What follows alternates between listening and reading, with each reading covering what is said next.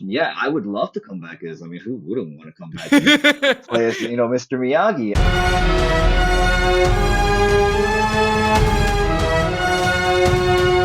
Bonsai, I'm the Cobra Kai kid, and joining me today is Brian Takahashi from Cobra Kai Season 6, who played young Mr. Miyagi. Brian, thank you so much for being here. How are you today? I'm good. Thanks for having me. I'm great. Thanks, Drew. Yeah, thank you for being here. And at the time of recording this, it's a new year, so happy New Year. Well, Happy New Year, everybody. Yeah. Do you have any? Do you do resolutions? New Year's resolutions? Is that a thing you do? Yeah, I like to kind of feel out January 1st, like meaning like the whole January, and then just kind of curate my resolution from there, see how, what I'm working with. But in general, just keeping healthy, working more towards, especially with this whole Mr. Miyagi thing, working towards the career, making moves to, further whatever, traction I have. So that's basically it. But yeah, we'll see what the end of the January brings. So Yeah. That's a good answer. Like scout out the month first. yeah. Yeah. How has 2024 been like for you? If you had to recap this year for you Wow. personally, and career wise. Um, Personally, it's been up and down. I'm sure everyone's year has been up and down. But for the most part, it's been great. And it coincides with the career. So I'm on this interview here, and I would if I wasn't Mr. Miyagi, I would never be part of things like this. So it's easy to say that, yeah, being part of Cobra Kai and you know being able to just be part of that whole family, that whole show has been the highlight of the year. So Yeah. And I just have to say, like, you did a phenomenal job because I'm sure there's so much pressure that comes with a role mhm, like that because it's not a new role. You're playing an exactly. existing character, which Yeah. people have done before. Like, we've seen it before where people playing a younger version of a character, but like the general consensus, like just everywhere I've seen is like, oh my god, this guy is literally Mr. Miyagi. It was great. Great. That's great. I mean, that's what you can hope for, right? When you're playing such an established character, iconic character with, a great actor, Pat Morita. He made Mr. Miyagi. He's the one who, if it wasn't for him, really, I don't think Mr. Miyagi would be as memorable. He fought really hard to make Mr. Miyagi a three-dimensional character, with a backstory, and it's his relationship with Ralph, or Daniel, that really solidified Mr. Miyagi as, eh, one of those people who you wish you had in your life, or if you do have in your life, that you're lucky and you could be like, oh, he or she is like my Mr. Miyagi. So being able to portray that and hearing you say that, where the general Karate Kid and Cobra Kai fan base has been like, it's great. That's the best compliment that anybody can get. So. Yeah. Did you growing up or even now, do you have Mr. Miyagi of your own or Mrs. Oh, Miyagi? Like anybody yeah, who I think everybody does. I don't have anybody in that was specifically like, Mr. Miyagi, besides like my parents, but I think everybody in my life has played a little part of, as a whole, Mr. Miyagi, right?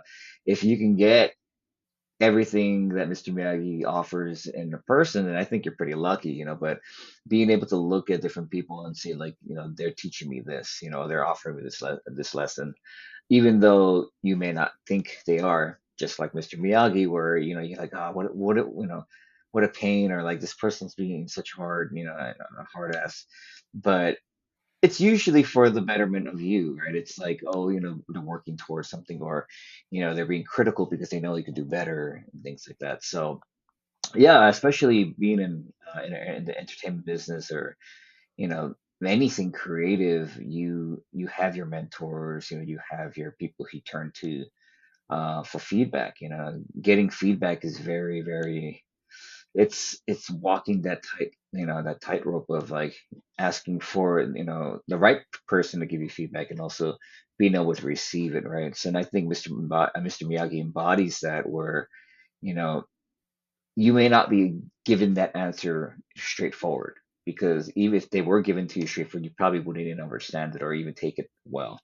But putting it into a lesson, putting it into something of a teaching, I think it sticks in your head more, especially for me. So yeah, and growing up, I've had Mr. Miyagi, Mrs. Miyagi's throughout, my life. So I think the point is, you know, to recognize that, right? And then take advantage of them while they're there. Because hindsight's 2020, right? You could be like, oh man, they were teaching me that. I wish I'd have asked more questions. I wish I'd have done more, but now they're gone, or they passed away, or just they're not in your life anymore. So, people who are watching this, if you do have someone like that, or even if you have a feeling, yeah, take advantage, learn from them. That's great advice. Cause and it's true. It's like everybody has something to offer. Hmm. And also hearing everyone out, and you sometimes you don't have to take what everybody says and apply it, but some people might just say that one thing that might really stick with you. Exactly, exactly. Yeah. And if maybe you are that person who is Mr. Miyagi to someone, I think that's also, especially with, social media and things like that. Look, no one's looking to become a role model, right? But you never know who's watching you. You never know who's looking up to you when you least suspect it, right? So, especially if you are in a position where you are online, or now me, where I'm in the public eye, it's just like, yeah, you want to hold yourself more respectable. You don't want to do anything that's gonna uh, tarnish that image. Or at the same time, you don't want to do something that someone could be looking up to you, and you do something, like, oh man, why'd they do that? And even though it's like my life, you're like, I do whatever I want. It is, but at the same time, you do have sort of a responsibility, if you are influencing somebody, right? So Yeah. it goes both ways. Um, Yeah, that's a great point. I completely agree. And speaking of like role models, like I mean, we had Mr. Miyagi, who was this role model for all these years in the Karate Kid films and in the Cobra Kai series, but now in season 6, we're delving into not everybody is mhm, perfect, which because we have a past with him where some really controversial things have happened, with the mhm, tournament, with the death at the tournament. So, like, what are your thoughts on exploring that side of Mr. Miyagi? mm, And like, because I know there's been like some fans have been like, "Ooh, like, why are you like, don't ruin him?" But mhm, mhm.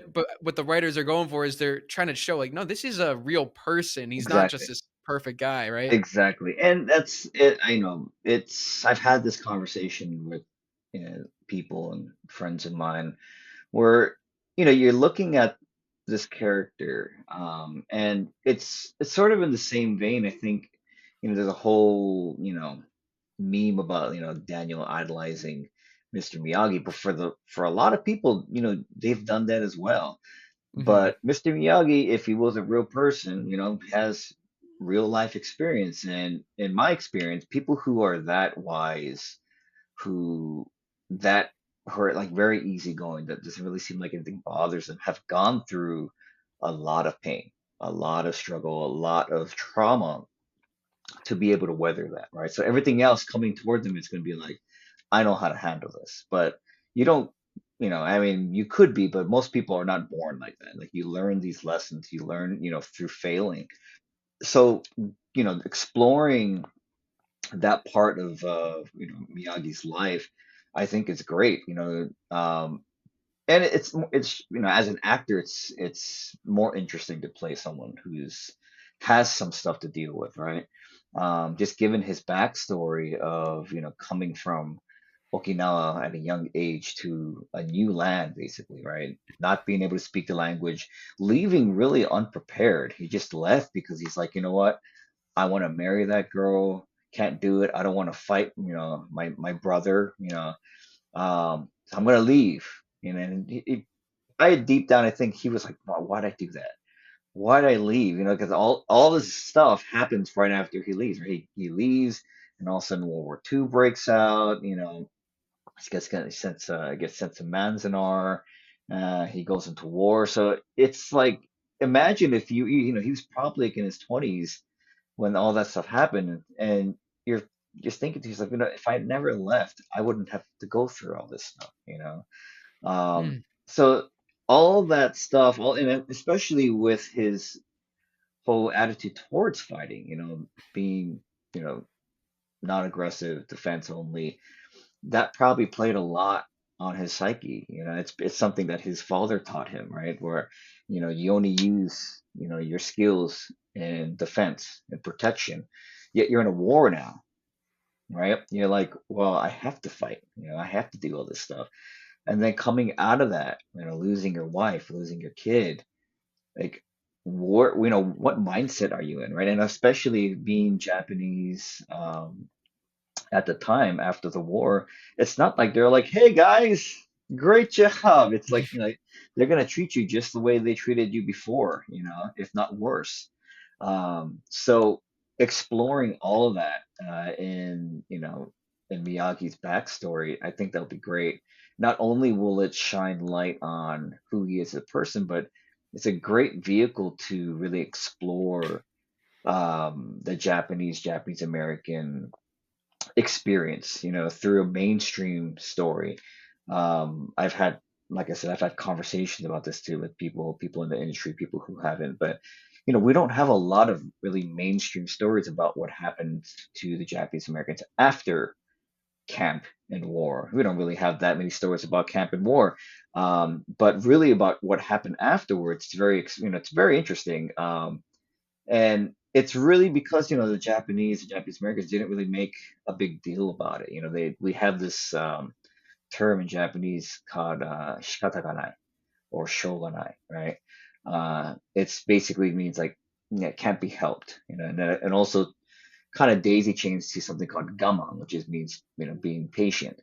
So all of that is like, it's really meant taught, to teaching you as a person to just keep going, persevere. But the detriment to that is that you don't tell your story. So people think, Mm. oh, they're fine. They got out of camp, they're real prosperous, they were able to do, make it in the world, they became model minorities, all that stuff. But what really happened is not being told, right? So having a character like Mr. Miyagi, being the catalyst to kind of tell these stories and people being like, oh, wow, I didn't know that happened. Even if you have no interest in that whatsoever, you just like the Karate Kid, I think that's brilliant. Bringing in a broader audience to something that is historically, um, you know, relevant now. Because if we don't talk about it, things will repeat itself, unfortunately. Um, and I think if the story is told right, and if it's done well, and I preface this because, again, Mr. Miyagi's backstory, I'm pretty sure Drew, but it's very, very, very, very convoluted. There's so many things going on with it, so you have to first unweave that basket, right? And look at Yeah. those strands and be like, okay, how can we tell this story right? But if it is done right, man, I really think Mr. Miyagi character is going to be even more loved and more beloved because we know how he turns out, right? It's kind of like a reverse of like, I mean, my Star Wars is going to show a little bit, but it's kind of a reverse of like Anakin Skywalker. We know how he turns out, but for Mr. Right. Miyagi, it's the opposite, right? It's like, there you go, see that, yeah, right there, right? So it's really cool to be, knowing, okay, he ends up being like this, this kind of sage, you know, stereotypical wise man kind of thing, but leading up to that, you're like, wow, like if that stuff didn't happen in his life, he probably would have even gotten there, or he might have maybe not even survived, maybe, right? Maybe something happened that changed his life. We know in the Karate Kid 3 that, I think it's Lieutenant Pierce, right, saved his life. We don't know how that happened, but there could be something in that course where he might have been reckless. He might have been doing something, and someone came in and was like, no. this is not where you're going to die, right? So, I think exploring that, it would be great. So Yeah. I absolutely like love the passion like when you're talking about this because I mean it's just such a great thing because yeah you are playing this beloved character and of course having the knowledge having the passion for it makes it better and like there's times where they bring back characters and they bring back storylines because they know it's gonna make the companies a check but I love that you're mentioning like it could be done but it's got to be done right. yes, yeah, I totally agree. yeah. And I think, Yeah. it's just gonna people, being in the entertainment business is, I get it, right? Like you said, it's money, check, all that stuff like that. But I think for the most part, and I'm in that too, where a lot of studios, a lot of storytellers don't really give the audience the benefit of that, right? It's like, Mhm. oh, that story is going to be too much for them, it's too heavy for them, or it's too complicated for them. It's like, nah, man, we're smart. We can handle it. Yeah. We've weathered that storm. We can handle, like, hard hitting stories. Um, so yeah, I think giving the not only the audience the respect but the story the respect that it needs, it's not just going to make money, but it's I think it's going to be really special, and the byproduct of something like that is profitable, right? Yeah. You tell a good story, you make something great, and then from there people are like, that's dope, here's my money, I want to watch it again and again, or something, right? And I think that's where that disconnect has happened in the uh, you know, past couple years with studios and shows and, the general audience. But again, I'm growing up as an 80s kid, 80s, 90s kid. So, I still believe like those stories are like, in my head, they're like the best. But if you really look at a lot of those storytellers and all those filmmakers back in the day, they weren't doing it to make a check. They're just doing it Mhm. because they wanted to do it. I mean, we're talking about Star Wars. Look at Star Wars is a great example. Everyone thought it was gonna flop. It was like, what? What is this? No one wants to see this, right? Yeah. Right.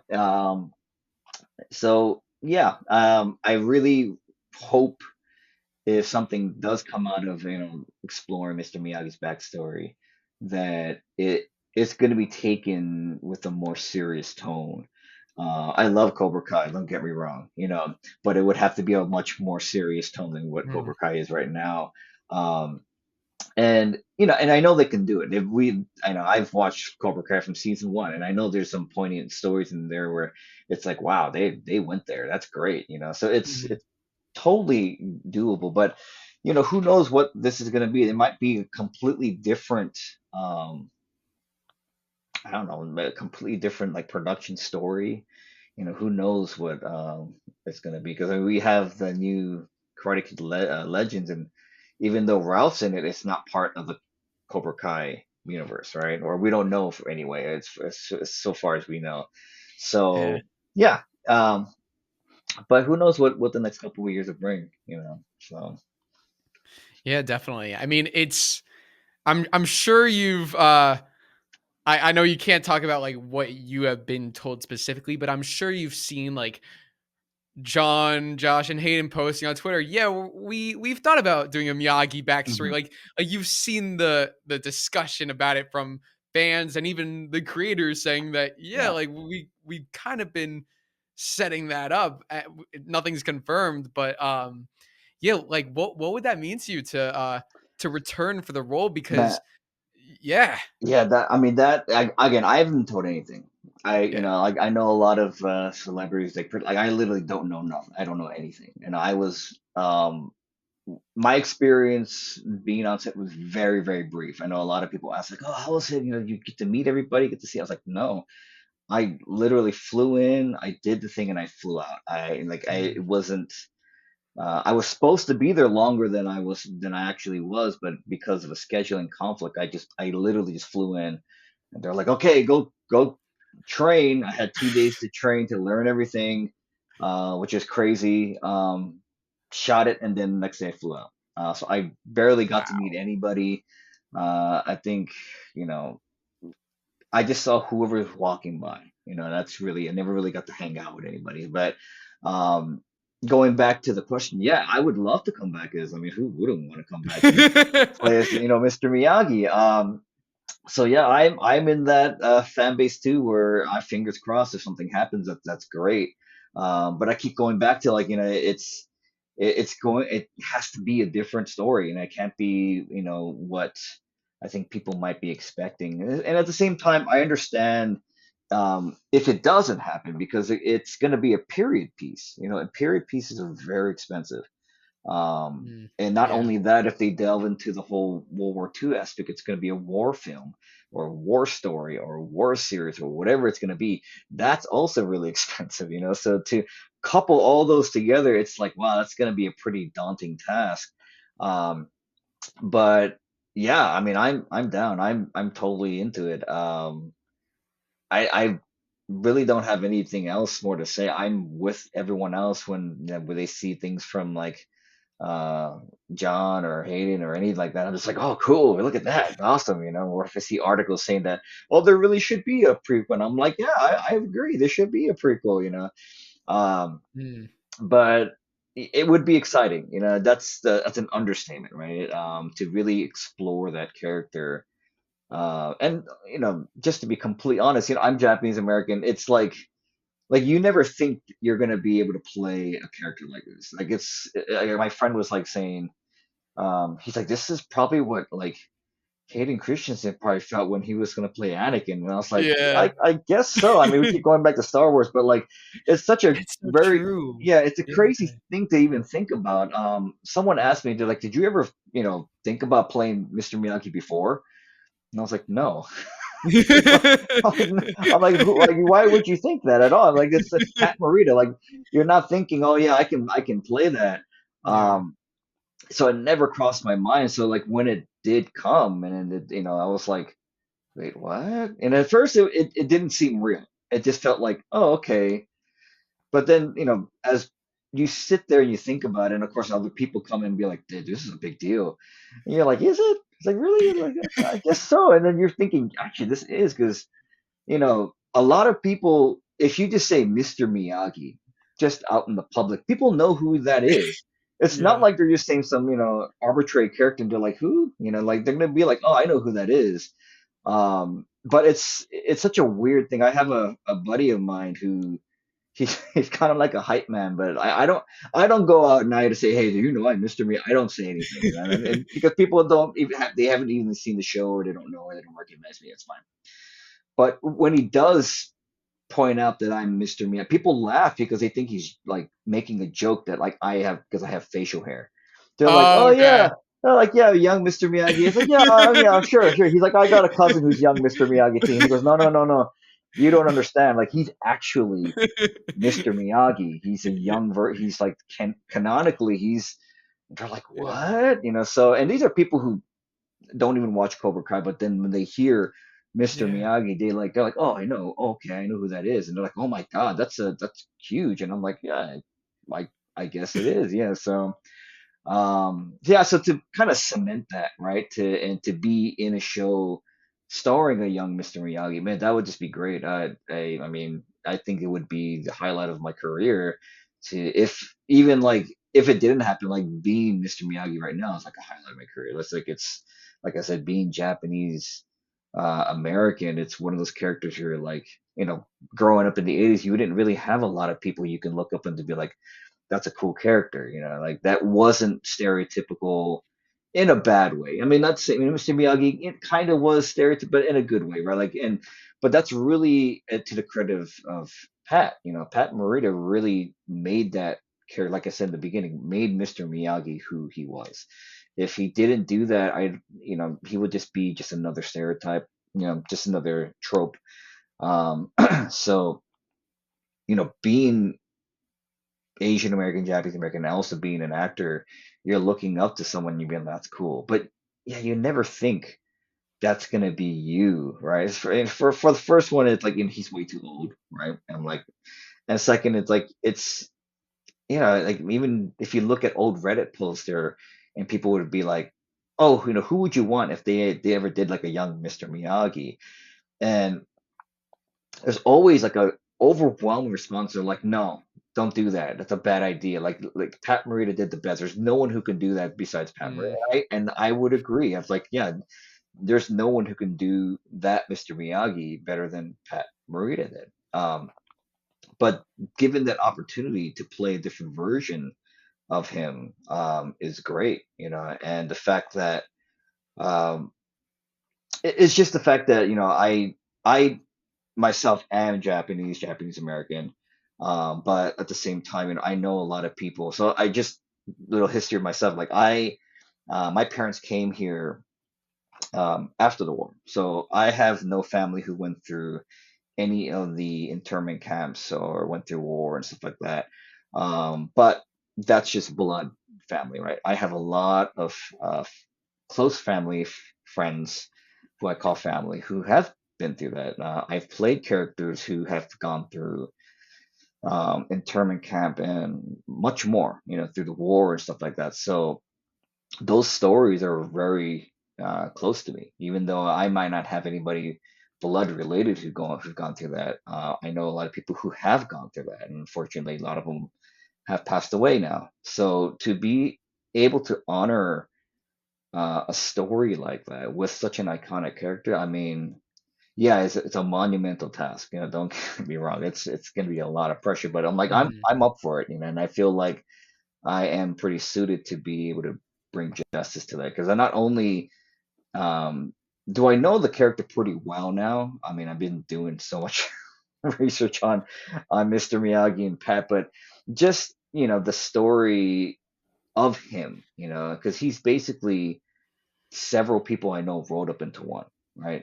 He's mhm. came from Okinawa, spent some time in Hawaii, Manzanar, and World War II, and then coming up through um, California post-war, and then what did that mean? Like where was he in that mindset, and then how the people I know, how did that really, I guess, affect their way of life? That's the best way I can say it.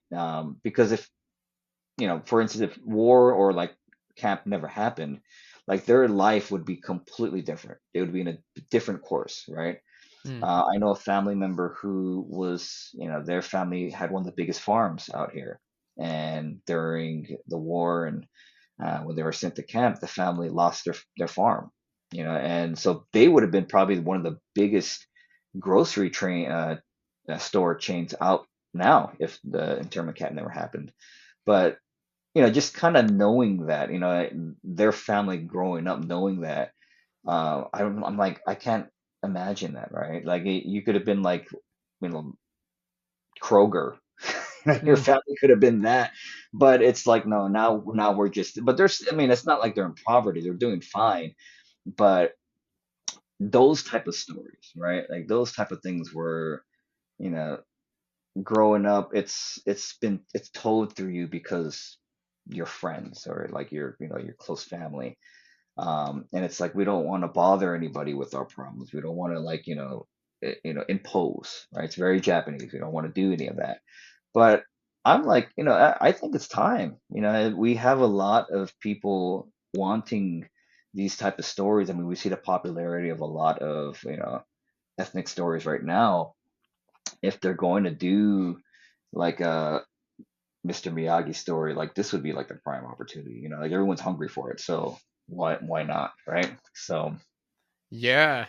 Now, if there were to be a Mr. Miyagi story, are you picturing it as a movie, maybe multiple movies, or as a Netflix series with multiple I mean, seasons?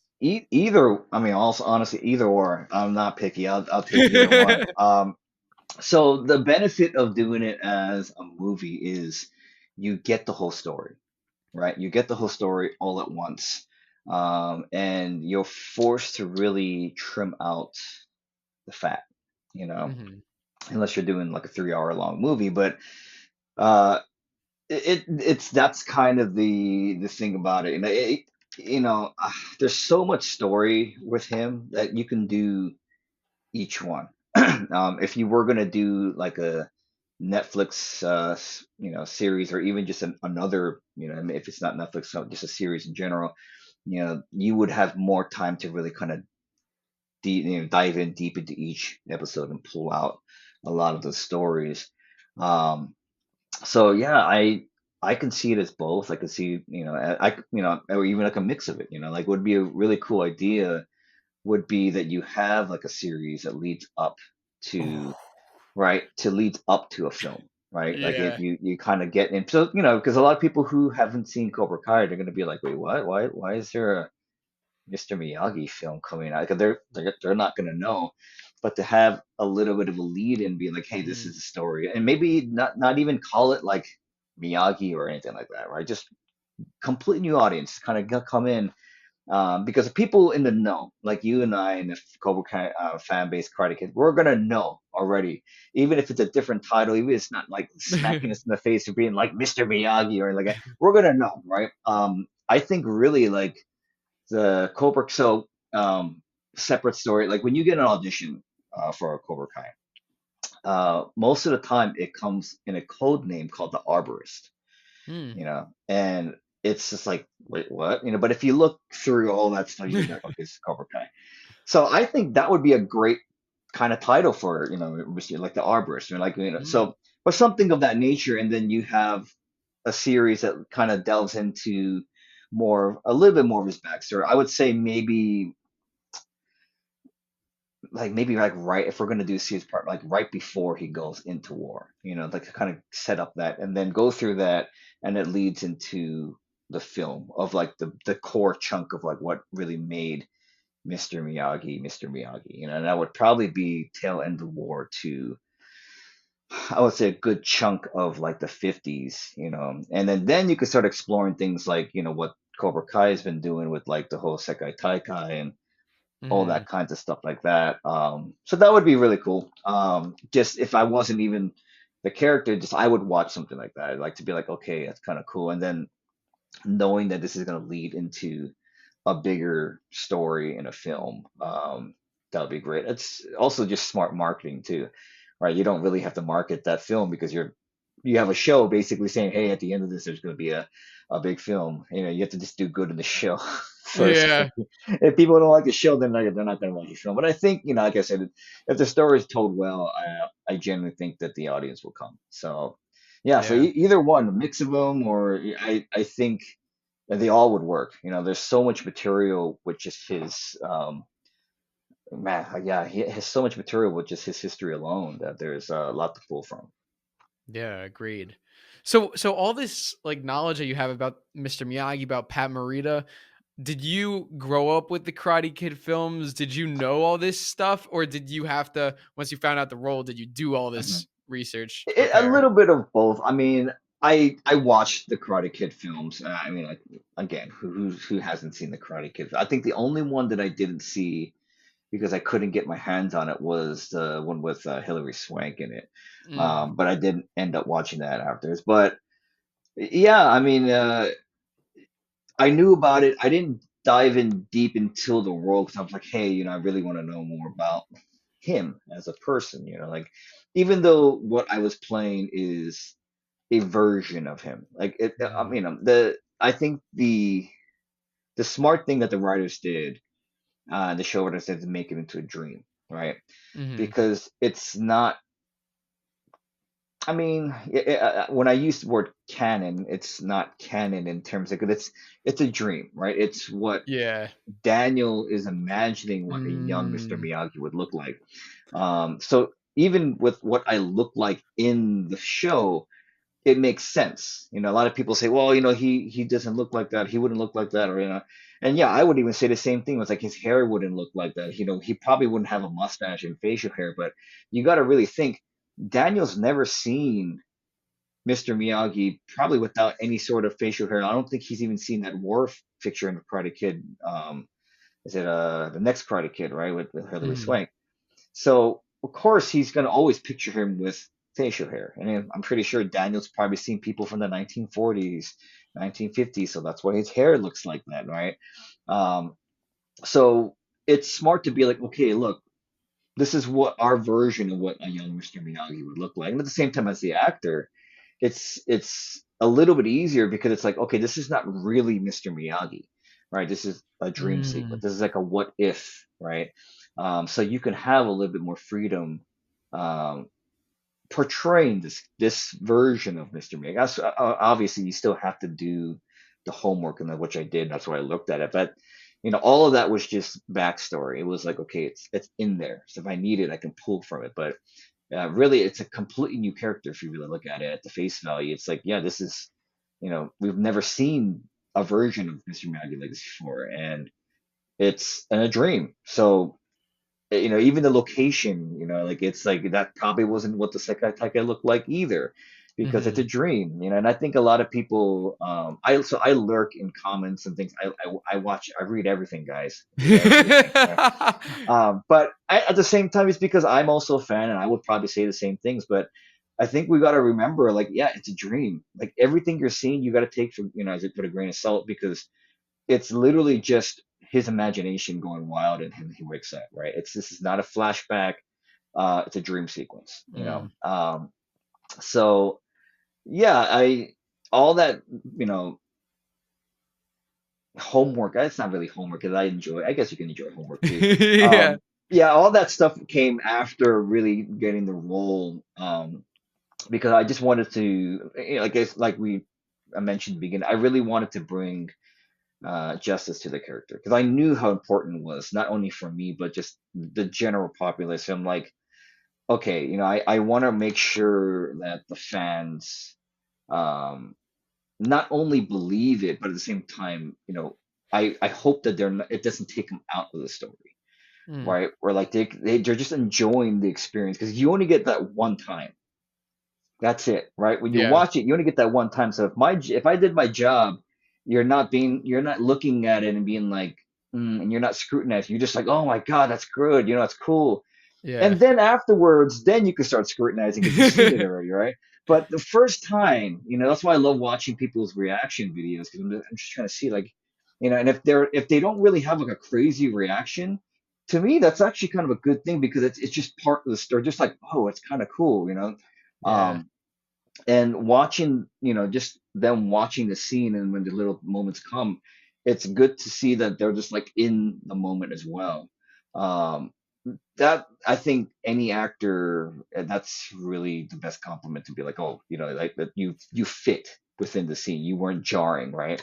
And of course, after the episode came, and like you said, there was so much positive praise about it. It was great. It's like, great, I did a great job. Awesome. That's all I can ask for. That the fans liked it.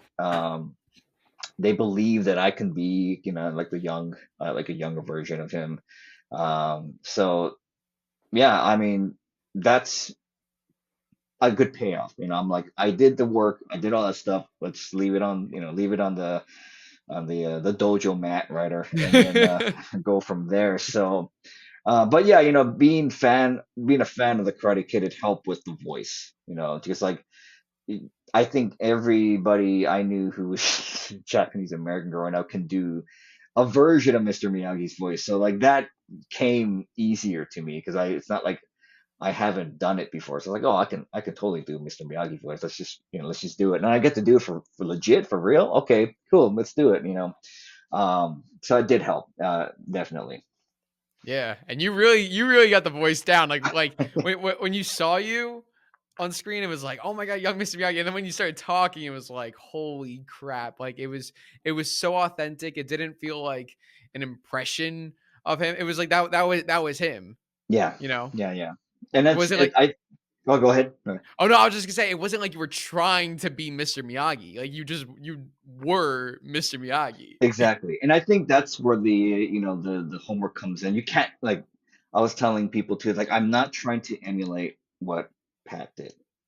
And I don't think you should. If this was a different actor playing the role, that's not the way you should do it. Like you leave that alone. Like you can never top, mimic that performance, right? That is uniquely, Pat's performance, and that's his work. You know, you could only take inspiration from it and try to do your own version. So even with the voice, you know, it was just like, okay, well, why is he, you know, saying this, right? And then from there, it's just being like, okay, well, I understand, you know, Mr. Miyagi's mannerisms, you know, Pat's mannerisms when he was doing it. You know, you don't see a lot of that in that scene. You know, I only have like three lines really. Mhm. If and four if you count the very end too, where it's the CG thing. But like you don't really get to do that, so you have to kind of think, okay, where are all these little things where you can kind of interject this. So like you know, the most important thing would be when you says Daniel-san, right? Like that's like the most iconic thing, Yeah, right? So yeah. if you don't say that properly, it's going to throw people off. So yeah, I did practice the Daniel-san, but that line, uh, initially, they wanted that line to be in Japanese. That one when I'm blocking and I'm talking to him, and I'm saying, you know, you always, you know, on Mhm. what did I forget the line. It's like always you get to understand, you know, that kind of stuff like that. Yeah. It was that was all in Japanese, and so I was Mm. doing all that in Japanese, and then later on they're like, "Can we get an English version of that?" And I was like, sure." Even though So you didn't practice that. did not practice that in English. Yes, I was like, Oh. sure. So that's where the voice, practicing the voice came in because when you say that line in Japanese, it even if you are kind of remembering that it sounds different. Like Mr. Miyagi speaking Japanese sounds different than Mr. Miyagi speaking English because obviously a lot of his, you know, character comes from the fact that he speaks with an accent. So a lot of the, you know, I would guess a cadence of while he talks like this, right? He, you know, he has a Mm. very, you know, like Daniel-san, right?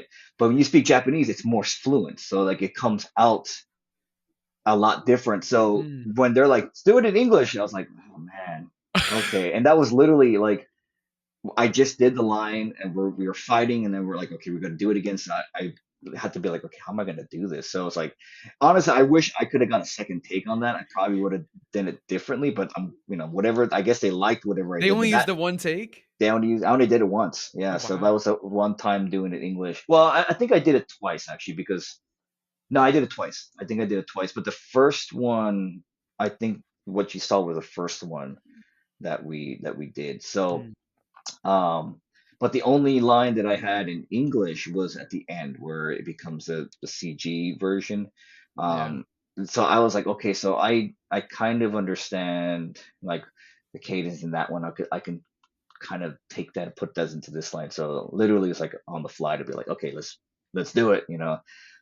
Because really at that moment, the main thing that I was being concerned about was not only the Japanese lines but the choreography Yeah. because it's like you're trying to remember all this stuff and it's literally in you know they broke the fight into three different you know four different segments and so you have to remember like okay well this is this part this is this part you know this is you know I think when we were rehearsing it we would say I think it was like segment one or phase one you know A and phase one B and things like that Yeah. Don and Craig if you're watching sorry if I don't remember that but that's what was going through my head. So I'm just like, you know, I did the line. I'm like, okay, we're gonna fight now, and then I just hear, "Hey, can we do it in English?" And I was like, "Oh, you're talking to me? Oh, sure, yeah, okay, okay, yeah, let's do it in English." Yeah, it was one of those things where I was like, okay, well, I'm hoping that the work that I did is gonna be there. When I open my mouth, because if it's not, I'm pretty sure they're gonna yell cut or Ralph's gonna say cut, or and I'm like, oh, sorry, I'll try better this time. So Ralph's gonna yell cut while yeah, he's on the actually, phone. Ralph was yelling cut more than the director was, you know. So like, During that scene? oh yeah, yeah. So you know, he's executive producer, so like he was running Yeah. that show. Like I mean, Oh my god. most of it. I mean, I think all the times he was yelling cut, it was just because he wasn't feeling right with the choreography. He was like, ah, I Mm. messed that up. So but he would be like, no, no, no, stop, let's cut. So you know, thank God that it wasn't during like when we were actually like acting, because that would have been like, oh, but yeah, Ra Yeah, that would've been he like could be doing that and be like, yeah, cut, Brian, let's try that again, right? You I'm know, glad he didn't do that. yeah, no, he was great, he was awesome. Ralph is, you know, not only a professional, but he's a very, very giving scene partner too. So Yeah. Yeah. That's amazing. Do you remember which director was the one who yeah, I do. I'm blanking on his name. was it one of the big three, John, Josh, and Hayden, No, or it wasn't. It was not. It was another guy. I think his name was Mike. If you look up IMDb, you could see him. But yeah, he was yeah. I don't think I saw John there. The thing is, it was a strange set. First of all, it was dark. The only Hmm, thing that was lit was that fighting ring. really? Everything else is dark. So you even if you were, it felt like you were on stage. So if you looked out, you couldn't see who was standing there, you know. So Uh, even when you're walking off, like, when the stunt performers were or the doubles were doing their thing, like I didn't know who was standing around me. I mean, it was so quick that they're like, ooh, okay, go, team A, go back on. Like, I think I only talked to Ralph most because like that's the only person I knew who was there. mhm. Um, because it was just crazy. It was back and forth, back and forth, back and forth. So, um, I met Hayden because I believe he was shooting his scene like earlier. That is so funny. Yeah, but I think but it was so brief because like, everybody was just like running around and doing their thing, and I was like, that's fine. Like Yeah. even Ralph too, being the executive producer, he really, he was on top of everything. Like, when he wasn't in the scene, he was like, coordinating, like, okay, next scene, I got to do this, I got to dress into this, I got to change into that, I got to do all these things. So he also, is like in four places at once, Mm, but when he was in the scene with me, like that all went away and he was just, Daniel, and it was yeah. great. Even when,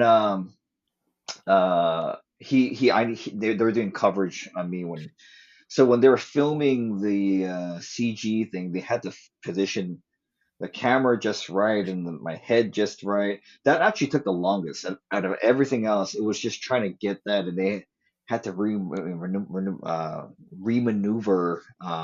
the camera, change the Mm, stage, because they couldn't get the right angle. And Ralph had to leave. He had to change into his next scene, and he's like, no, no, no. He's like, I have to stay. He's like, I have to stay. He's like, Brian, you need me, right? You need me for eyeline. And he's like, I don't like when actors, like just leave. He's like, I'll stay, I'll stay. And I was like, no, it's okay, Ralph. Like if I know you're busy, it's gone. I got it. He's like, are you sure? You sure? Because I can stay there. And all he was doing was he was just supposed to lie on the ground, yeah. look up. He wasn't saying anything. He's just lying on the ground, right? So I'm just like, I could do that. Like it's fine. But I really did appreciate the fact that he was saying, I'm gonna stay for you. I'll do whatever you need. Mhm. But like, Yeah. I obviously said, it's okay. You seem really busy. You got to go change. He goes, oh, thanks. I appreciate it. And he left. But yeah, I mean that one uh part of the thing, it took so long because they were trying to do the whole CG thing. So like the body of that was me, like standing over doing all that stuff. That's all me. I don't know if they use my voice at the end. So I know like in articles and stuff they were able to get like clips and audio clips from like Pat's previous performances from Karate Kid and stuff like that. So that I don't know. But yeah, that all that was really. I mean, it was just a crazy, crazy scene. Like I think actually I don't know. Like I thought when I was there that it was kind of a closed set because when I so first of all when I was going through, I don't think anybody really knew who I was playing, or if they did, they really didn't like make a big deal about it. Mm. Um, the people on set knew who I was, and it was like, okay, that's the guy. Okay, like that's the guy. But it was like this feeling of like, well, let's see what he can do kind of feeling because I'm the new Mm, guy. Like the yeah. rest of everyone in there, they've been there for like years, well, close to a decade, right? So everyone knows each other. I'm the new guy, and I'm playing. freaking, Mr. Miyagi. So everyone Yeah. was kind of like, I hope we picked the right guy, So, but after the scene was done, it was like everyone kind of had this like sigh of relief. Everyone's all cheering. It was like, oh, we did a great job. So I felt that that was a good sign. Yeah. A lot of these stunt guys were like, oh God, you did a good job. Oh, thank God. I was like, Mm, yeah, cool. Like, I'm glad you guys are happy. So, um, yeah. I give you so much respect for because you did a few minute scene. As you mentioned, you only had like 3 lines. So to like capture that Mr. Miyagi performance, it's not like a lot of these guys who have been playing these roles, they've had multiple episodes, multiple scenes to get into yeah, character. You had this one scene, it's like, here yeah, you go, you're Mr. Miyagi, but yeah. you nailed it. I mean, it was phenomenal. And I'm curious because you mentioned like being on the platform, it felt like a stage. Have you ever like done any performances like theater or stage performances Oh where it kind of yeah. felt did it feel similar in a way or Similar to the Miyagi scene, yeah, or like kind of like the being on stage with the not really being able to see out with the audience. oh yeah, yeah, yeah. When you're on stage, I mean, for most part, that's the reason why the house is dark, so you can't see who's staring at you, and it's Yeah. supposed to help with like the immersion for the actor. 'Cause they call it the fourth wall, right? You can't, you're just Mhm. talking to a wall. But yeah, doing I went to college for theater, so it's very, you know, it's ingrained in me. Done a lot of theater. A lot of the stories actually I talked about earlier about playing a lot of Japanese American people in camp and in war. They were all stage plays, So, but yeah, I mean, I now that I think about it, I guess that's why it felt so surreal because when you're on when I was on that stage fighting Ralph, all I could see was just the extras that were around us. That's it. Mm. Like it was everything was so dark. Like even if you when you like if you turned when they weren't shooting, you could barely see who was there. You see figures, you could see people moving around, but you Yeah. can't see faces or anything like that. You saw like the camera guy obviously, but like so going and then when you walk down off that platform and into where everybody is, you still really can't see because you're just kind of like looking around. Um, and so yeah, it's comforting at the same time. It's a little disconcerting because you don't actually know who's watching you, right? Yeah. I kind of was looking around to see if there's any other cast members and stuff like that, and I didn't see anybody. I think at the end, Yuji, who plays Chosen, came, but that was like at the end. I don't know. I don't even know if he was there um, during the shoot. I have no idea. I know William Christopher Ford was there because he was taking photos. Big shout Yeah. out to William because again, if it wasn't for him, I would have no pictures of my time there because I literally had no time to take pictures. Mm. So he helped out a lot. He was there to kind of take all those pictures of me. Oh, that's So awesome. but I like I said, I didn't know who was out there watching. The room was kind of big. I would say it was probably like the size of like maybe like school auditorium.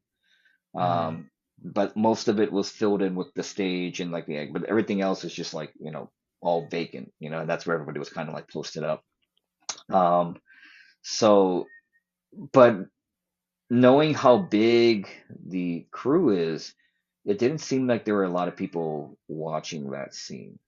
Obviously they were probably working on other parts because it was the Sekai Taikai and they had all these different fights and stuff going on. They shoot different things at the same time, So, um, and again, like I said, this is only like a 2.5 minute long scene. So even though it is Mr. Miyagi, like they had more important scenes to be filming during that time. So Mm. I think talking to the stunt guys, yeah, I remember talking to Dom and when I first flew out. Because so going back to that story, like I was supposed to be in Atlanta for 2 weeks, and most of that time was to work on the fight, get all that down, and that went down from 2 weeks to 4 days, 5 days. Yeah, so I flew out, got there that Whew. day. Got there on a Monday. I I went straight to the stunt dojo, and I, met with the stunt team, and I met with Dom, and I was like, "Hey, Dom, do you guys have a previs? Do you have any sort of like, fight thing?" He's like, "No, we have nothing." And I was like, "You don't have anything?" He goes, "Dude, we've been choreographing so many of these fights, like." He goes, "And plus we were expecting you tomorrow, not today, so we didn't." Oh God. And I was like, "Oh, okay, that's cool. All right." So yeah, I was just hoping that they had something, but like they were so busy that they just, they're. I was like, I understand. Yeah. So that's why it was hectic that day that we were shooting. It was like all hands on deck. Everybody was running around. So, but I'm glad that we.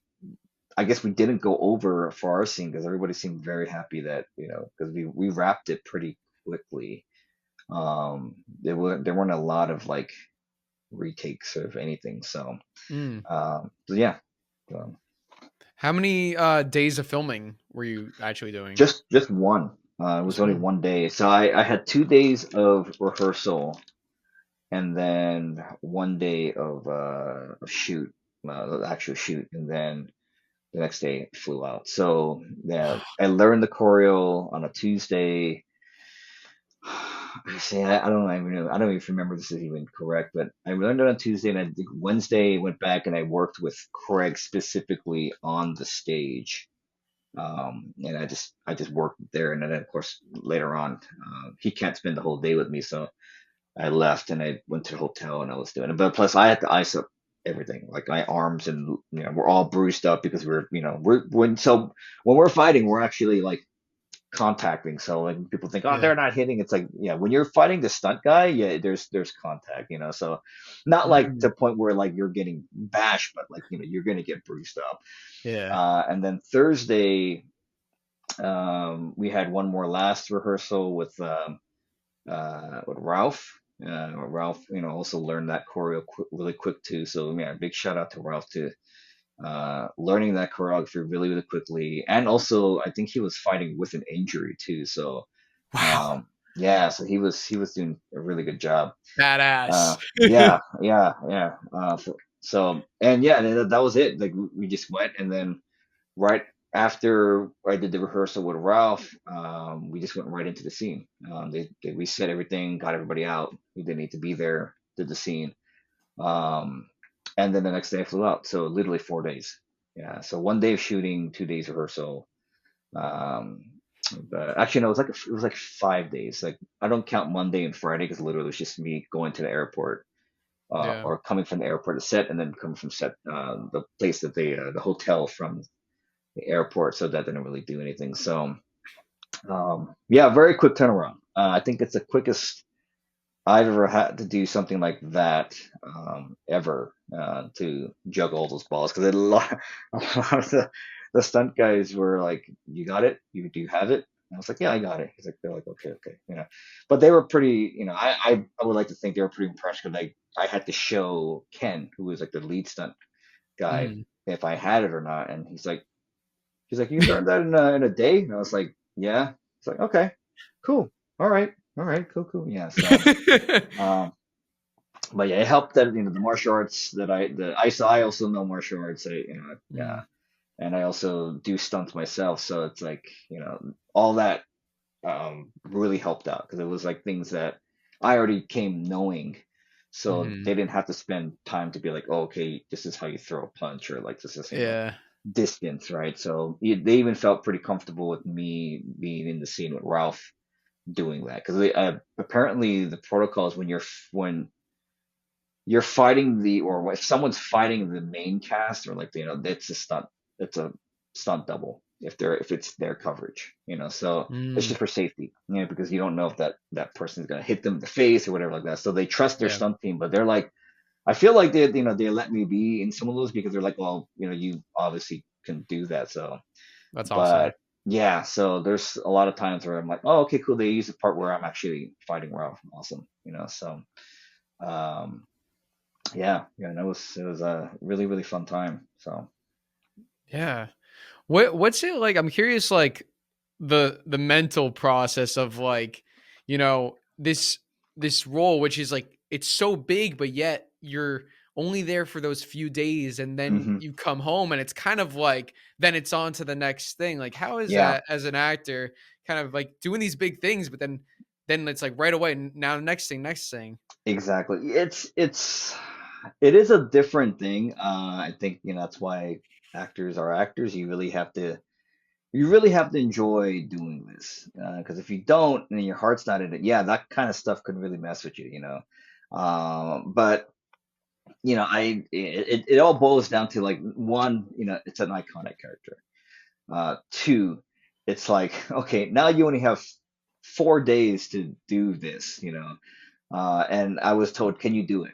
Like, they're like, we'll fly you in later, but you have to guarantee us that you can do the fight. You can do, because that was a thing. Like, it got to the point where, and of course, my career, it always falls within this, where it's always something happens where I'm like, oh man, and when I booked this, I was like, great.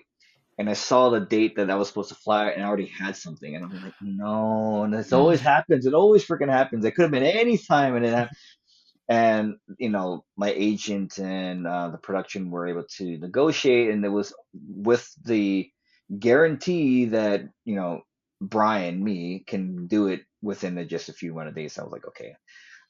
So with that added pressure, for me, I really just kind of focus in on that. You know, um, so I've never been to Atlanta that until then. So, but I really didn't. I mean, I didn't have time. I had no time to really enjoy it. So most of the time, it was just like you're there to work. You go, you get the lines down, obviously, but at the same time, you work the scene. And I didn't have the luxury to work with a scene partner, because my scene partner is Ralph. He's busy. So Mhm. I'm in the hotel doing everything. Going through it. Having Craig film the fight for me, so I can go back and look at it and get it down. Um, but the trick is, like, it helps, afterwards when you're on stage, you sort of forget everything, because if you're sitting there going down your checklist in your head, the camera catches everything. People are gonna be like, oh, he's not in the scene, or what's this guy doing? He looks weird, right? So you just forget everything you did, and you just hope that it's all there Mm. as you do it. And then once it's done, then you just kind of let everything go, right? You're like, oh, great, and you don't really, for me anyway, I don't really think about it, because it's really nothing you can do at that point, right? You did it, that's it. Yeah. And then if I was probably a higher up, cast member, I could probably go back and ask them, can I see, the dailies, or can I see it? But they didn't Yeah. have time for that, right? They're just like, okay. And then by the time we were done, they were already packing up the stuff, and people were leaving. So I was like, oh wow, this is fast. So, but it Yeah. helps me, because, like, when you're asking, like, on to the next one, that's basically it. You're on to the next one. You're like, okay, well, that's done. I did that. Saw, relief. And then you kind of check in with the general group and seeing, are they happy? Because if you're looking at it and they all kind of be like, "Oh, man," then you're like, ah, shoot, it's harder to let that go. But if everyone is kind of happy, or like very least elated, that's great. I got a text message from the assistant director, the AD, and I guess Billy or William Zapka was watching remotely or something, and he was like, "I just want to pass this message from Billy." He's like, I guess he said, "I guess we got the right guy. He did a great job." So I was like, "Sweet, awesome," Wow. Yeah. I got confirmation from Ralph too. So Ralph gave me the biggest compliment on set while we were just there. And sometimes I don't really know Ralph. I'm not gonna pretend like I know him, but there's a lot of times where people would just say nice things to you, because you're on set. Why would they say otherwise, right? Mhm. But he kind of pulled me aside. He goes, man, I gotta tell you. He's like, you give me goosebumps. You sound like him, but you feel like Pat.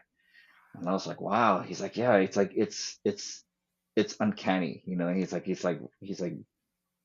it's really good. And it's like and of course then he started talking about how he wanted to do the scene for the longest time and things like that. But um I mentioned earlier, like Ralph being executive producer, he's has his brain in all different places, but I really think that because he felt that way about me and my performance, that he was able to kind of like I don't know, put all that aside Hmm. and just really kind of focus in on the scene. Because there were times where, and I don't think they used it, but he's while he's talking to me, there was one take where he actually looked like he teared up.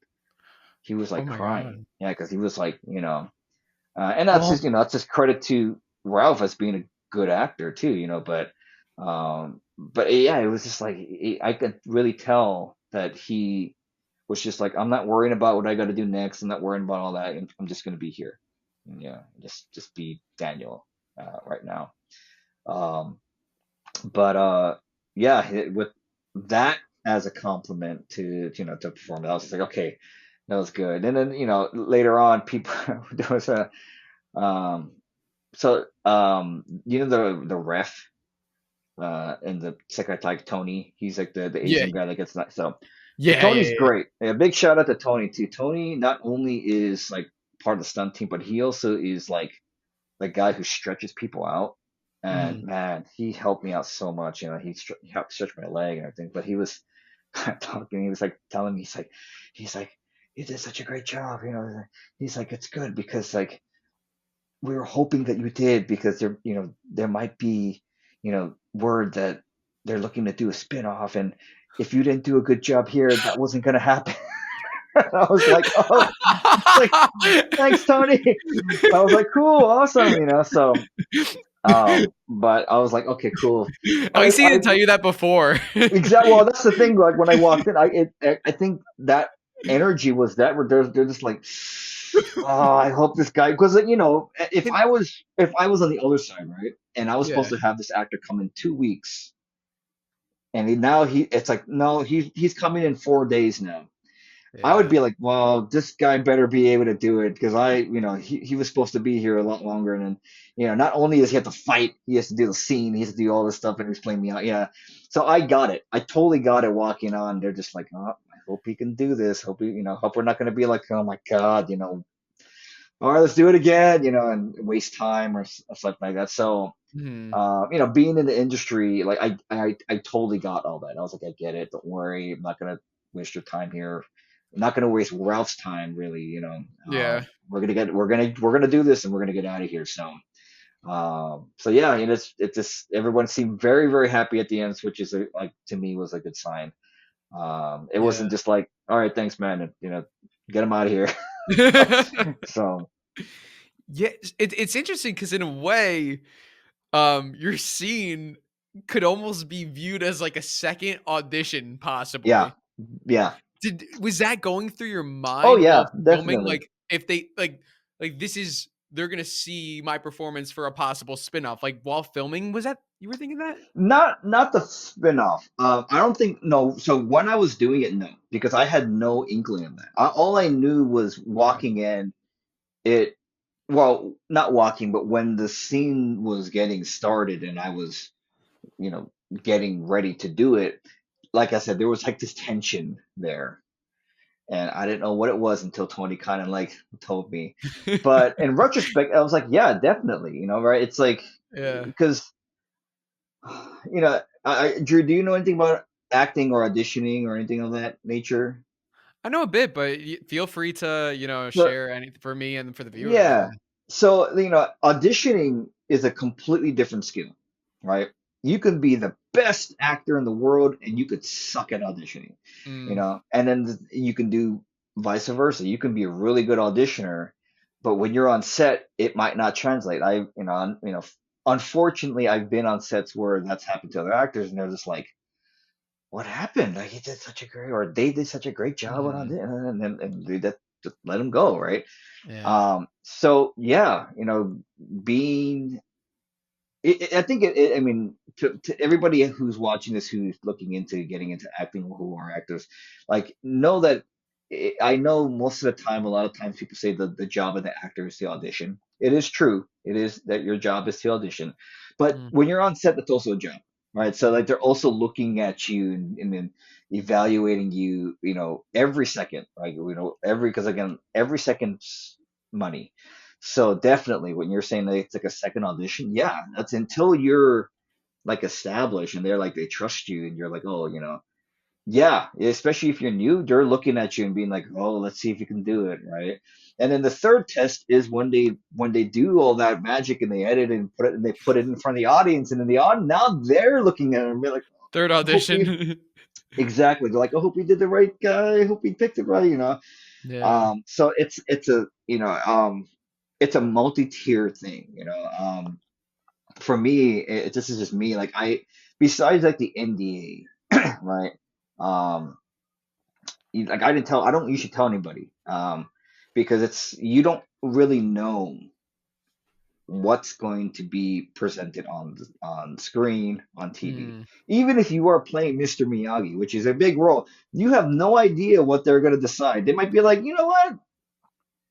This doesn't look that good. We're just gonna have him fight. We're not gonna have him talk. We're just gonna have him fight. And then, Yeah, yeah. or it could just be like a CG version of him the whole time. I had Mm. no idea. So as an actor, I usually don't say anything um, until it's released because then I can look at it and be like, oh, okay, that's what it is. 'Cause I've been there when I was young too. I mean, it's not a character like this, but I'm like, oh, I'm in this movie, and they're like, Yeah. oh, cool, and then we go see it, and they're like, where are you? And I'm like, supposed to be here. Where's this scene? Yeah, And yeah. then they cut you out, right? And you're like, oh Mm. man. So yeah, you never know, right? Um, so yeah, I mean, and obviously there's an NDA. I think the only person that I didn't mention it to, well, besides like my wife, was Tamlin Tomita. I don't know. I'm pretty Mm. sure. Yeah. So Yeah. Tamlin and I are pretty good friends. Oh, nice.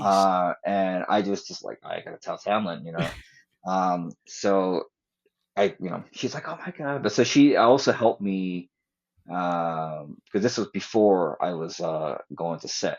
She was like, "Oh, this is," she kind of gave me insights, working with Pat and saying like, "This is," he kind of walks with his chest, he's kind of barrel. So all that I remembered. So walking up, so that scene that you see when they first start the episode, I actually started way back in the back of the room, and I had to walk through this whole group of like extras and they slowly like part ways and like sometimes like I kind of push people out of my way but I just Mm. remember her saying like, oh, he kind of walks with his chest, and I was like, all right, I'm gonna remember that. So yeah, and it was just like she was sharing her insights working with him, and then just knowing him. So yeah, it's always a test, I would say, right? And I think the most important one is, does the audience buy it? Is the audience, okay with it? And I think for the most part, the fan base, the audience has been pretty positive. So I was just like, okay, whew, that's good. Tamlin has been a big advocate and just a really huge supporter for the Japanese American community. So every year there is a Japanese American festival called Nisei Week out in Los Angeles. It's completely free. I believe it's the longest running ethnic um, event festival in the United States of America. I think they're going on to like 90 years. Mm.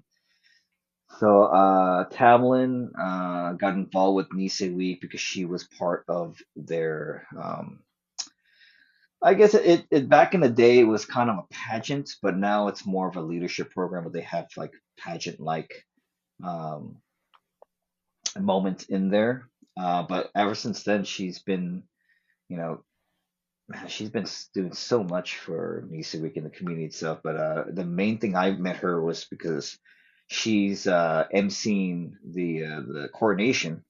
That's what we call it now with the new contestants with David Ono. So I just been able to meet and work with her over the years, but she's been such a huge supporter for the JA.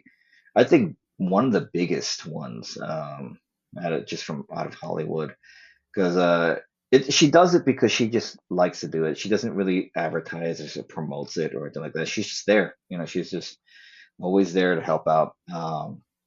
So it is just kind of serendipitous that we just met. I mean, I've when I was younger, like I knew Pat too, just because of that, like because of just the community in you know, J Town, Little Tokyo, downtown LA. Um, I knew a lot of those Japanese American actors, performers.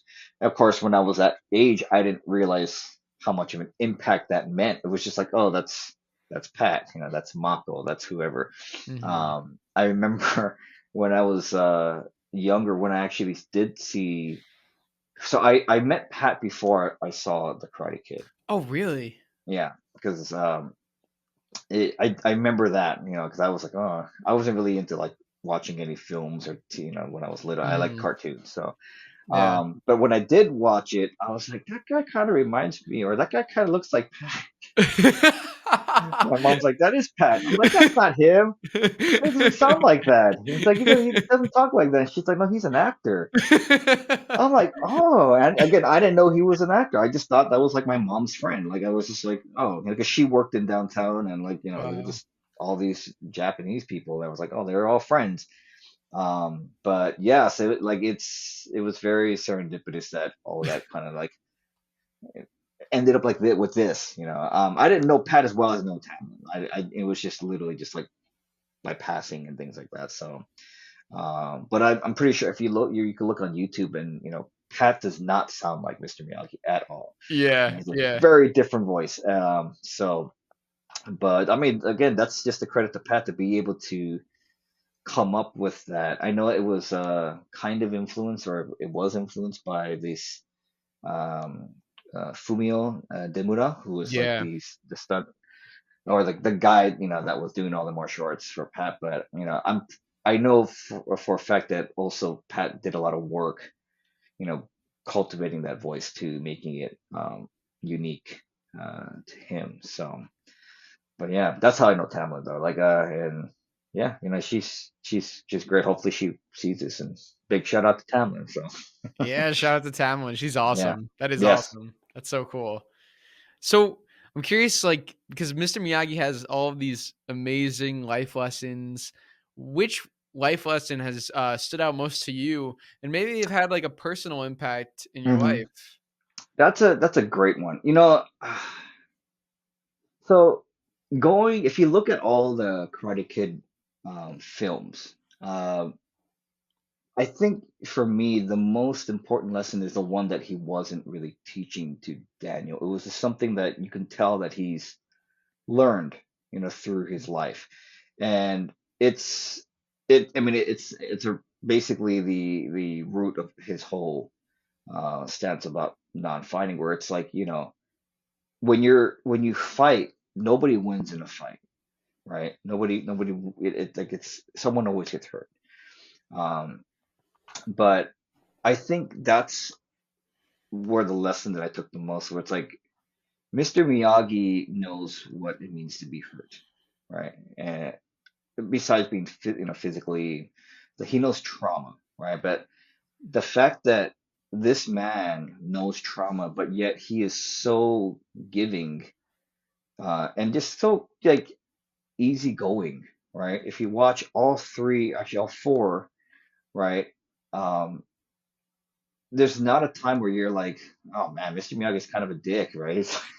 um, I mean, there's moments of that in Karate One, but Karate Kid One, but like it's really through the perspective of Daniel. But if you're looking at it, it's like, well, he's doing it because Daniel needs that type of training, right? He can't. It's not straightforward. He needs to be Mhm. taught in a way where he doesn't know he's being taught because he's so hard-headed. Yeah. Um, right. So to me, that's the most important lesson that Mr. Miyagi could have taught me, where it's just like how to deal with your trauma and turn that into something positive, right? I really believe, and you know, hopefully we are able to explore this, but I really believe the reason why he helps Daniel is because he reminds him of himself, right? Mm. It's like I wish somebody would have stepped in at this point in my life and helped me, because then I would have not have to go through all this pain that I went through in my life. And again, we don't know his backstory, but I just am assuming, just knowing people like that, because it's not like, you know, Mr. Miyagi helped Daniel from the beginning. He kind of did in little ways, but it wasn't like, oh, I know karate, I'm going to show you now. Yeah, It's yeah. like it was like, it got to the point where he was getting his butt kicked by a bunch of skeletons, and he's like, if I don't do something, either this kid's gonna die or he's gonna end up in a worse place than he is now, you know. And we sort of see um, somebody who wasn't able to focus on their or really work on the trauma, which is Sato, right? Mm, And Karate Kid 2, we see kind of the polar opposite of which way Miyagi could have went, where someone who can't deal with the trauma and it completely consumes him, to the point where he almost dies, right? Because he's in the storm. He's in that little hut, which is weird. Where he's and it collapses on him. You would think he would leave, right? But he's like, no. But it collapses on him. But it's like, so I think, and again, this is just me, like really, really, really watching all these films and kind of breaking down the character. But I think that's like anybody who's watching could take that away. It's like, everybody has trauma, everybody has pain, everybody has hurt, right? But it's how you deal with it and how it shapes you is really what's important. You can use it as a weapon, obviously, to hurt people, or you could use it as a shield, or you could use it as I don't know, fertilizer to grow something. I don't know, whatever metaphor you want to use, but it's really how he kind of cultivated that and turned it into something positive, to help Daniel, and then ultimately himself, being able to help Daniel, get through this, helped him heal, right? So yeah, at the very end of, like, if there is a prequel, that's the end of it, right? Like or I don't think we're ever gonna see, if there is a prequel and they're doing it, like we're not gonna see like Mr. Miyagi or Miyagi be happy in that story because he's kind of not there yet. He only really yeah, gets to that point in the Karate Kid movies, right? And I really think he only gets to that point in like Karate Kid, like the end of Karate Kid 2, through the journey, going with Daniel yeah, to Okinawa with his dad's death, and, you know, seeing Daniel be the man that he's turning into there now is like, okay, I did something good, right? Because really, if you look at Mr. Miyagi's like life, there's really nothing he kind of had that would have like a legacy to him, right? He has no family. He has nothing. Nobody even knows he exists except for that one lady in Karate Kid 1 who hates him, and he's like, "You're gonna lose your job," and it's like, I forget what the actress's name, but she does a great job. mm, Until Daniel comes, right? And then Daniel now has taken the legacy of not only Mr. Miyagi but Miyagi Do and ran with it for Cobra Kai. So, um, yeah, like being able to kind of work through your hurt, work through your pain, to the point where you can help someone else, right, is to me the most important lesson that Mr. Miyagi or a Miyagi type character can teach anybody, because I think anybody can relate to that. So, yeah. And it reminded me of when you were saying like the story wouldn't be happy. It reminded me of I know we keep going back to it, Star Wars, like the hmm prequels. I mean the way they ended, like prequels like yeah, had a sucky ending. yeah, However, that's because we knew the original trilogy was gonna end with that happy ending. So it could be a beautiful thing where you might see a series or a movie that's about a tragic life of Mr. Miyagi, but then that there is going to be that exactly. happy hmm story, that Yeah, resolution in the Karate Kid exactly. And movies. it's kind of like, again, Star Wars is a very well like Yeah. formulated story, but like you're gonna, I think at the end of that, you're gonna have hope, right? I mean, we got the new hope, but you have, and I think that's like the happiest that story could be is there's gonna be hope, like Yeah. it's literally like the silver lining after the storm, like because he's not gonna be like, I'm great, I'm gonna raise little trees now. It's like, no, you're not gonna see that, right? Yeah. But you're gonna see him get to a place where it's like he goes down and then maybe up and then down and then Yeah. at the end of it might just plateau, right? But it's like Yeah. I'm stable enough to do something, and what that something is, it's, I don't know, he becomes a handyman in a apartment in Reseda. Who knows how Yeah. he ends up Yeah. there, but like if I really think about it, like he's just kind of hanging out. He doesn't really do anything, and I think he spends a lot of his time working in his garden, working on himself because he still isn't happy at that point. That's why he has that giant, you know, Japanese garden because he's probably just like, okay, I need to kind of take a little bit of me time, a lot of me time. And if you really think about it, he doesn't really have anything much to go for, right? He goes fishing, that's like his meditation, right? And it's such a smart thing to do, well not do, but to create for that character because he's so tied in with his backstory. Like obviously in times of strife and stress, he goes fishing because that's Mhm. probably what he did with his dad, right? Yeah. He went fishing, so he's like, okay, well, and then it's really poignant when he's going fishing and um, Daniel goes, "Hey, I want to go fishing. How come you never took me fishing, right?" And I think at that point, Mr. Miyagi was like, "Ah, damn, why didn't I take him fishing?" Yeah. Because I don't think at that point he's seen Daniel for, Daniel, right? He's just like, I'm not gonna bring you in yet Yeah. because I can't yet. I don't have the capacity. But what I can do is now it's like, you know what? I'm going to actually like, you know, do away with all this farce of like, wax on and sand the floor and all that stuff. Like, I'm gonna just show you what you need, and that's the point where he actually shows him karate, and he's like, oh, okay, I get it. Yeah.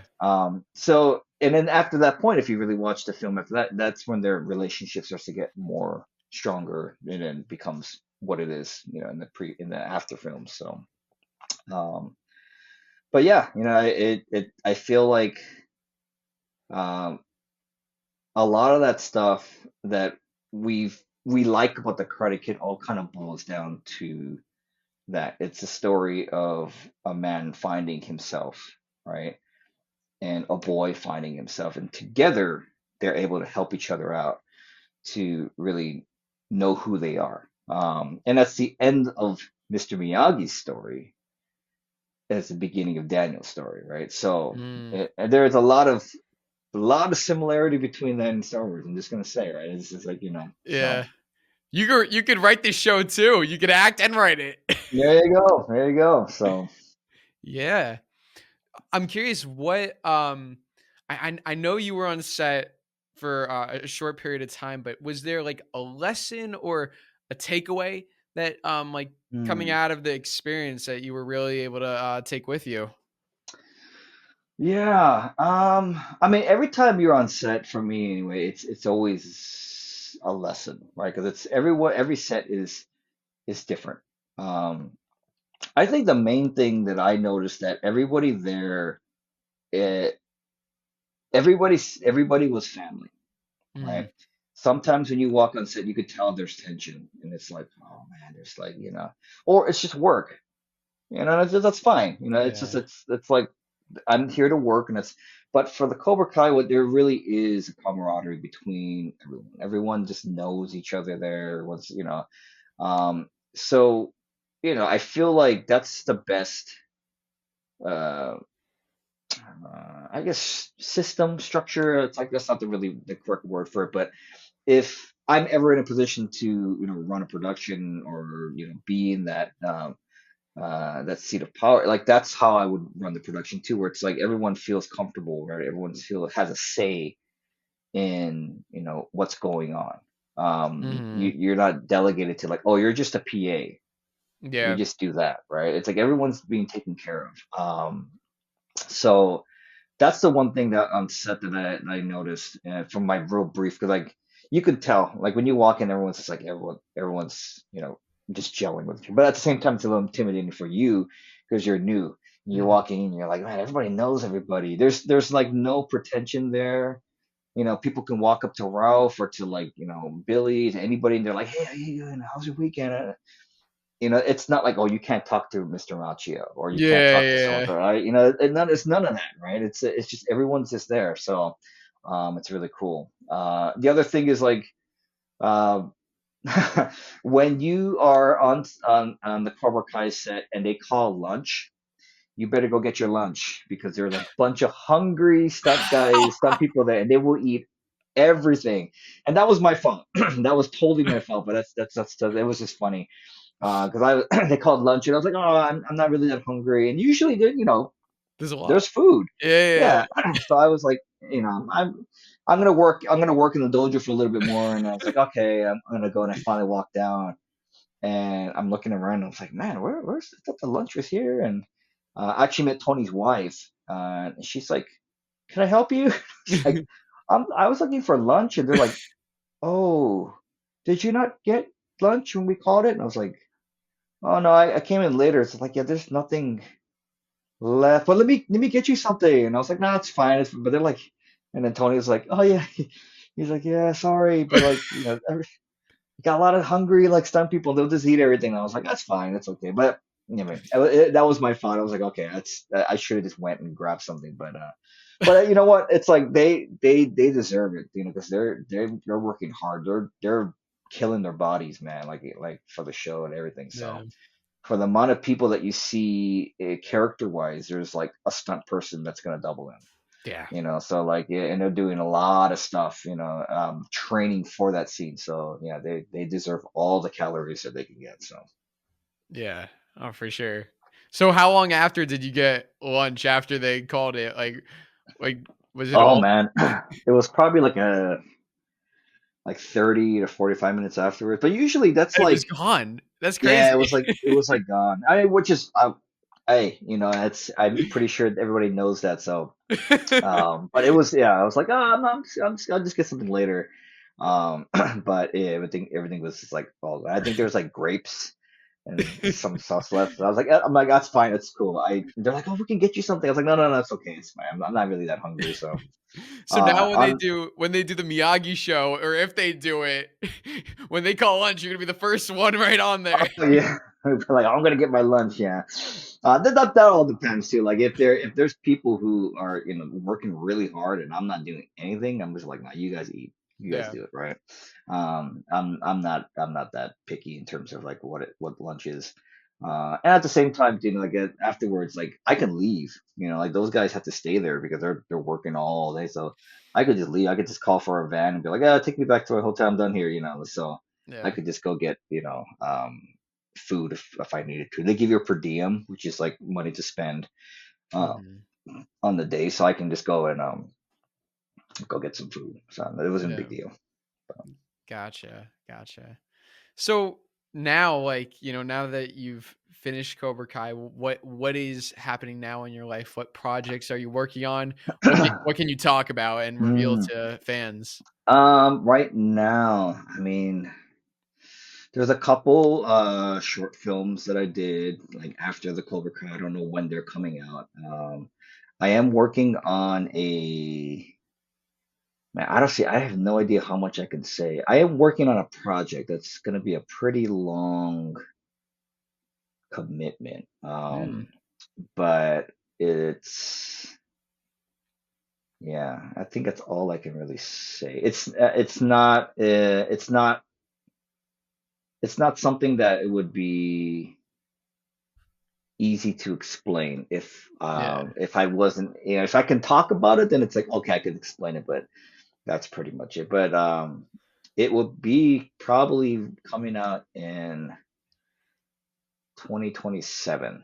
So Ooh. Oh, okay. yeah. So if the listeners are in the know, they could probably like suss out what that would be. But technically, I didn't say anything, so I think I'm in the clear. So Gotcha. Gotcha. Okay. yeah, Very, very interesting, exciting yeah. stuff. So if people want to find out about these short films and about this mysterious project, Hmm. how can they like follow you on social media? Where can they find Oh you? yeah. You can find me on Instagram. It's the underscore Brian underscore Takahashi at Instagram.com or something like that. But if you type in like the and then like underscore Brian, I should be the first one that pops up. So you'll just see this mug. It'll be right there. So Awesome. And I'll link all of it in the description below so everyone could right. follow you and check you out. Do you have any messages for the fans, the Cobra Kai fans out there listening Oh right now? yeah, of course. So like I was saying, the fan base has been so great. You guys make the show, really. You guys are so dedicated, so passionate with the character, the story, that it's really you guys. If it wasn't for, your love of it, it wouldn't have gone 6 seasons. You know, Mm. um, and they wouldn't be making a new Karate Kid movie. So big, big, big, big, big thank you to you guys. And thank you for just, being so gracious and, welcoming me into the world of Cobra Kai and Karate Kid, because coming in the season 6, right? It's scary, because you're just like, but every new character that has been introduced, and I see nothing but love, for them. So it's great. So thank you to you guys. And I, like I said, I'm with you with like anything that comes up. I'm just as excited, or waiting in suspense for anything that might drop too. So I, I'm I think you guys will probably know before I will. I was watching. Yeah, I guess it's usually kind of how it goes, right? Like I think I was watching an interview with Tom Holland, and when he found out that he was Spider-Man through like social media, and he was like, "Wait, what?" And then like soon after that, he gets a phone call from the state, and they're like, "So we want to, share a little, little information." He's like, "Uh." I'm Spider-Man, right? They're like, yeah, how did he's like, well, people on social media already. It's like, do I So, get to say it? Like, yeah, yeah, exactly. can I So, confirm if I wanna do it? yeah, exactly, right? So, I'm assuming that, you guys are way more on top of things than anybody else. So, you guys probably know more than I would. But as far as I know, there has been no, nothing of the nature except for what you guys see, what I see on the interwebs. So. So, like, what would happen if, like, you were scrolling on social media one day and you just saw Brian Takahashi starring in Young Mr. Right? Miyagi? Yeah, Like, that would be insane. Like first I would think like, okay, this is a hoax. Like yeah, yeah, But at the same time I'd probably be like Tom and be like, wait, what? And then just quietly wait by my phone and just be like, okay, and if I don't hear anything, I'd be like, okay, this is probably a hoax. So but yeah, it would be nice. It would be really, really cool. But I think in some of the previous interviews, I don't remember what the date was, where I think the executive producer was saying that they wouldn't even start doing anything until Cobra Kai is like done. yeah, yeah. So, and I really think that it's, if anything were to happen, it's probably not gonna happen until maybe 2026, because you have February 2025, February 13th for 24 for the part 3. But then you also have like the new Karate Kid movie, so there's probably going to be some sort of like cross promotion. There's probably going to be PR and things like that. So I think Yeah. once all that is wrapped up, and that's all put away, and there's a bow on it, and it's all said and done, I think that's when they can start looking at new IPs and new franchises and stuff like that. So, um, but yeah, I mean, who knows? Who knows? I mean, I'm I'm just a dude, so I'm just speculating like everybody else. So. I think I speak for a lot of people out there when I say we want you as young Mr. Miyagi. Like, I think out of all the spin-off ideas, that is the one because there's a story there. And now we're able to because the biggest question, like people were saying, like, yeah, we want a young Mr. Miyagi story, but who's gonna play him? And now Who's been playing? Yeah. and now we actually have an idea of like what it would look like. We kind of got a glimpse of like what that could possibly look like with Yeah. you. And I think it would be awesome. And hopefully, I mean, look, I hope they do it soon because Yeah. I just want to see it. I think it'll be Right. Right. great. Yeah. I'm right there with you. I'm right there with you. But who knows? I mean, they might do a Chosen spin-off. They might do a Kreese spin. Who knows, right? You I never have know, no yeah. idea. You never know what the works in this it is for it. But Yeah. And like even when you ask, like it might be a film, and films take a lot longer to get off the ground than a show can. And and if it's gonna be a period piece, like I said, it's expensive. It's a lot of money to do all that kind of stuff. So, Yeah.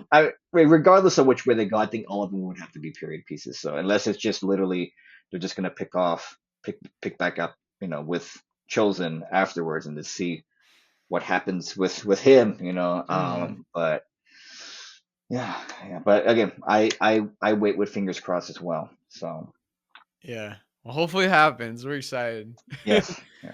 Well, Brian, thank you so, so much for joining me today. This was just an amazing discussion. Like, I absolutely really like, getting to talk to you. I mean, watching the performance, it was amazing. And I knew you could tell you did your homework, but like getting to talk to you and really like get the behind the scenes of how much this meant to you and like how much you put into the role, like that just like makes it like more like satisfying to hear like as a fan, and I'm sure like everyone out there feels the same way. It's like hearing you talk about how much you care about this role. It's like, yeah, like you got to keep playing this character. Like it would be great. So, yeah, thank you so much for sharing all your stories.